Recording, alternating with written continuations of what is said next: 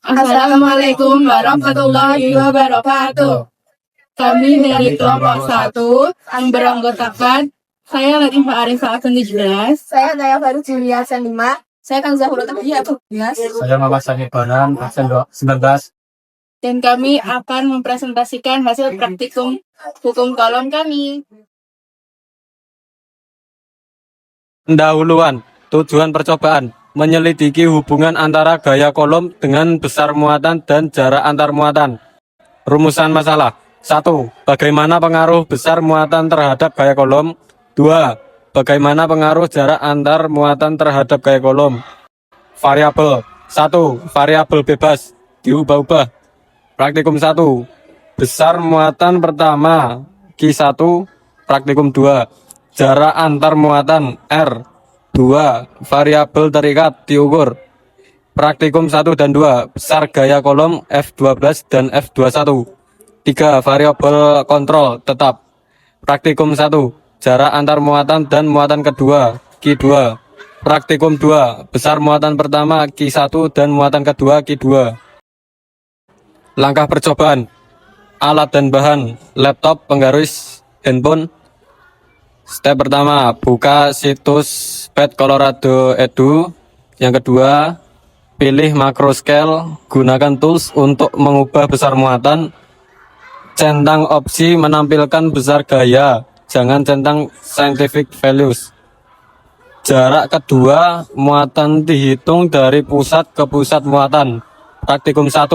Tentukan besar kedua muatan dihitung dari pusat ke pusat muatan. Praktikum 1. 1. Tentukan besar kedua muatan.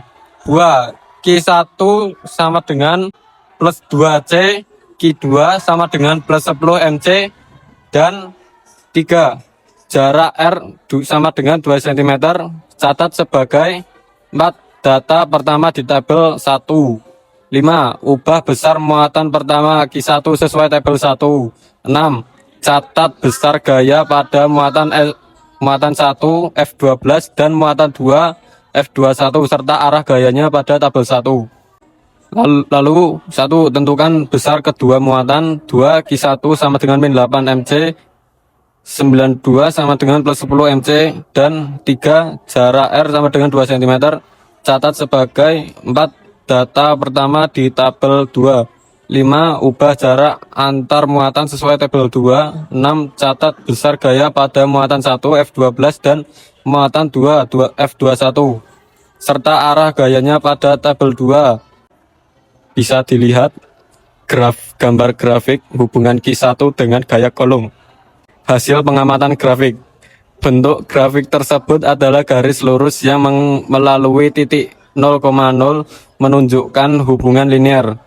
Hubungan antara besar muatan dengan besar gaya kolom adalah semakin besar muatan Q1, semakin besar gaya kolom, besarnya gaya berbanding lurus dengan A1, Q2, dan jarak tetap. Grafik yang terbentuk yaitu menurun non-linear, laju penurunan tidak konstan. Semakin besar R2, maka semakin kecil gaya kolom. Hubungan antara kuadrat jarak antar muatan dan besar gaya kolom bersifat berbanding terbalik terhadap kuadrat jarak R2. Ketika dua muatan dipisahkan lebih jauh, gaya tarik-menarik atau tolak-menolak di antara keduanya menurun sangat cepat. Bukan hanya berkurang sebanding dengan jarak, tetapi berkurang sesuai kuadrat dari perubahan jarak. Bagaimana pengaruh jenis muatan terhadap gaya kolom? Pengaruh jenis muatannya adalah jika muatan sejenis sama-sama positif atau sama-sama negatif, maka terjadi gaya tolak-menolak. Dan jika muatan tidak sejenis, satu positif, satu negatif, maka terjadi gaya tarik-menarik. Adakah keterkaitan antara besar gaya kolom dengan anak panah pada tabel 1 dan tabel 2? Ada. Arah anak panah menunjukkan jenis interaksi antara dua muatan, apakah saling tarik-menarik atau saling tolak-menolak, bergantung pada tanda masing-masing muatan. Panjang anak panah menggambarkan besarnya gaya kolom. Semakin besar gayanya, semakin panjang panahnya, dan semakin kecil gayanya, semakin pendek panahnya.